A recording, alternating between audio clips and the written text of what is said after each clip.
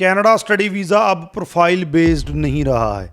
जी हाँ, मैं दोबारा रिपीट कर देता हूँ। अगर आपका प्रोफाइल बढ़िया है, बहुत बढ़िया है, तो भी आपका कनाडा का वीज़ा रिफ्यूज़ हो सकता है। उसका रीज़न ये है कि कनाडा ने अब फंड्स को, फाइनेंशियल को बहुत सीरियसली लेना शुरू कर दिया है। प्रोफाइल बढ़िया है लेकिन फाइनेंशियल बढ़िया नहीं है, फंड्स प्रॉपर नहीं है, रिफ्यूज़ल आने के बहुत ज़्यादा चांसेस हैं। इस वीडियो में फंड्स के रिगार्डिंग, क्योंकि लेटेस्ट कनाडा में जो सबसे ज़्यादा रिफ्यूज़ल हैं, इवन के 70% जो रिफ्यूज़ल हैं, उसका रीज़न ही फाइनेंशियल्स हैं। उसके बारे में डिटेल में बताने जा रहा हूँ।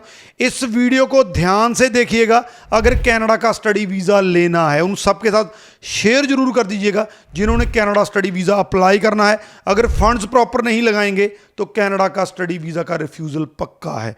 वीडियो को एंड तक देखिएगा। एंड तक चलते चलते आपको फंड्स के तौर पे सब कुछ क्लियर हो जाएगा। उससे पहले हमारा YouTube चैनल जरूर सब्सक्राइब कर लीजिएगा, क्योंकि इस पे आपको ऐसी ही लेटेस्ट इन्फॉर्मेशन देखने को मिलती है। वीडियो को थोड़ा शॉर्ट रखेंगे, इसलिए जल्दी जल्दी बताऊंगा। सबसे पहले तो अगर कनाडा के अपने फंड जो है, जहाँ फाइनेंशियल है, उसकी बात करें, 1 साल की फीस और GIC पे करना है।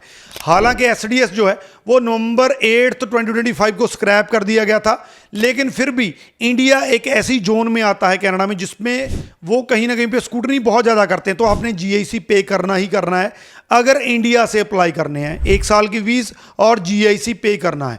इसके अलावा अगर आपका 1 साल का प्रोग्राम है तो ये दोनों पे करके आप अपनी फाइल लगा सकते हैं। लेकिन किसी का भी प्रोग्राम 1 साल का नहीं होता है, कम से कम 2 साल का होता है, कईयों का 4 साल का भी होता है। तो यह ध्यान से सुनिएगा, अगर आपका प्रोग्राम 1 साल से ज़्यादा का है तो बाकी सालों का आपके पास अरेंजमेंट है, वो आपने दिखाना है फंडों के रूप में, एनुअल इनकम के रूप में, प्रॉपर्टी के रूप में। ये बहुत इंपॉर्टेंट है।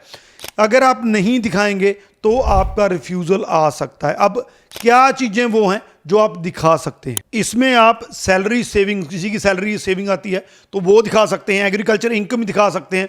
अगर बिजनेस है तो उसकी इनकम दिखा सकते हैं। अगर आपके पास FDs पड़ी हैं वो दिखा सकते हैं।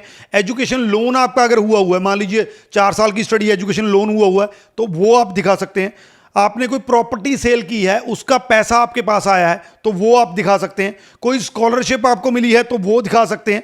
अगर आपको किसी ने जेन्युइन तौर से गिफ्ट किया है कोई मनी, लेकिन उसका ट्रेल आपको दिखाना पड़ेगा, वो आप दिखा सकते हैं। तो ये सोर्सेज हैं जिनसे आप वो आगे वाला जो है आपने दिखाना है कि मेरे पास अरेंजमेंट पड़ा है, जो आगे वाले मेरे 2nd ईयर है या 3rd ईयर है, वो आप दिखा सकते हैं। यहाँ पे मैं आपको एक वार्निंग देना चाहूँगा, कम से कम 1 साल की आपने फीस पे कर दी, GIC पे कर दिया, अगले साल का आपने अपने फंड्स दिखा के चलने हैं। अगर नहीं दिखाएंगे तो प्रॉब्लम आ सकती है। अब आपको एक और चीज़ बता दूं, अगर आप अपने अकाउंट में लार्ज डिपॉजिट करवाते हैं, मान लीजिए आपने 1 साल की फीस पे कर दिया, आपने GIC भी पे कर दिया, लेकिन फंड जो हैं आपने कहीं से डलवाए हैं, उसमें 2 साल 2 लाख 4 लाख करके 5 लाख करके बड़े बड़े डिपॉजिट हुए हैं, तो उसको अवॉइड करना है। अगर वो आ रहे हैं तो उसका साथ में सोर्स जरूर आपने देना है, कहाँ से आए हैं। इसमें क्या क्या हो सकता है, आपने कोई प्रॉपर्टी बेची है, उसकी सेल डील साथ में लगाइए कि ये मैंने प्रॉपर्टी बेची है, इस तरफ से ये पैसा आया है। अगर आपने कोई अपनी FD मैच्योर कराई है तो उसका मैच्योरिटी सर्टिफिकेट साथ में लगाइए। लोन सैंक्शन हुआ तो डिस्बर्समेंट जो है, जो आपके बैंक की तरफ से लोन सेक्शन लेटर मिलता है, वो लगाइए। अगर आपको गिफ्ट डीड दिया है तो साथ में उसकी तरफ से जो है सोर्स ऑफ फंड वहाँ से कैसे आए हैं वो आपने दिखाना है। अगर आपकी बिजनेस की इनकम है तो ट्रांजैक्शंस जिस बिजनेस से आई हैं वो प्रॉपर स्टेटमेंट आपने साथ में लगानी है। तो ये सारे जो है, अगर आपके पास लार्ज डिपॉजिट्स आते हैं तो ये नहीं है कि आपने 10 लाख 12 लाख कहीं से बोरो कर लिया, जहाँ ऐसे ही रख दिया, वो आपका नहीं चलेगा, क्योंकि आपकी जो है साथ में 4 से 6 मंथ की स्टेटमेंट लगेगी। अगर आपकी स्टेटमेंट लगेगी तो उसमें वो सारे के सारे डिपॉजिट आएंगे। अगर उन डिपॉजिट का आपके पास कोई भी जस्टिफिकेशन नहीं है, उसका सोर्स नहीं है, तो आपको दिक्कत आ सकती है, उसके बेसिस पे आपका रिफ्यूज़ल आ सकता है। ये सारी चीज़ें आपने जो है वो ध्यान में रखनी है। लास्ट में मैं आपको बता दूं कि सितंबर 1 से पहले अगर आप अपनी फाइल लगाते हैं तो GIC मैंने जितना बोला है $22,895 वो दिखाने हैं। सितंबर 1 को LICO, जिसको लो इनकम कट ऑफ बोलते हैं, वो रिवाइज होती है, क्योंकि कनाडा में अब जो अपने एक्सपेंसेस जीआईसी या जो भी दिखाना है वो आपने लिको के हिसाब से दिखाना है। तो सितंबर इनटेक के सितंबर फर्स्ट के बाद जो भी रिवाइज होगा आपने वो अमाउंट जो है वो जीआईसी के रूप में आप दिखा सकते हैं।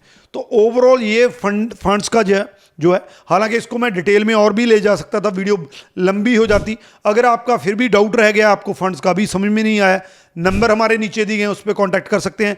मेरी टीम आपको फाइनेंशियल के बारे में, फंड्स के बारे में प्रॉपरली समझा देगी। अगर हमारे साथ अप्लाई करेंगे तो प्रॉपर आपको जो है फाइनेंशियल मैट्रिक्स का एक चेकलिस्ट बनेगी, उस चेकलिस्ट के हिसाब से ही आपने अपने फाइनेंशियल तैयार करने हैं कि ताकि कम से कम फाइनेंशियल के तौर पे जो सबसे कॉमन रीज़न है आपका रिफ्यूज़ल ना आए।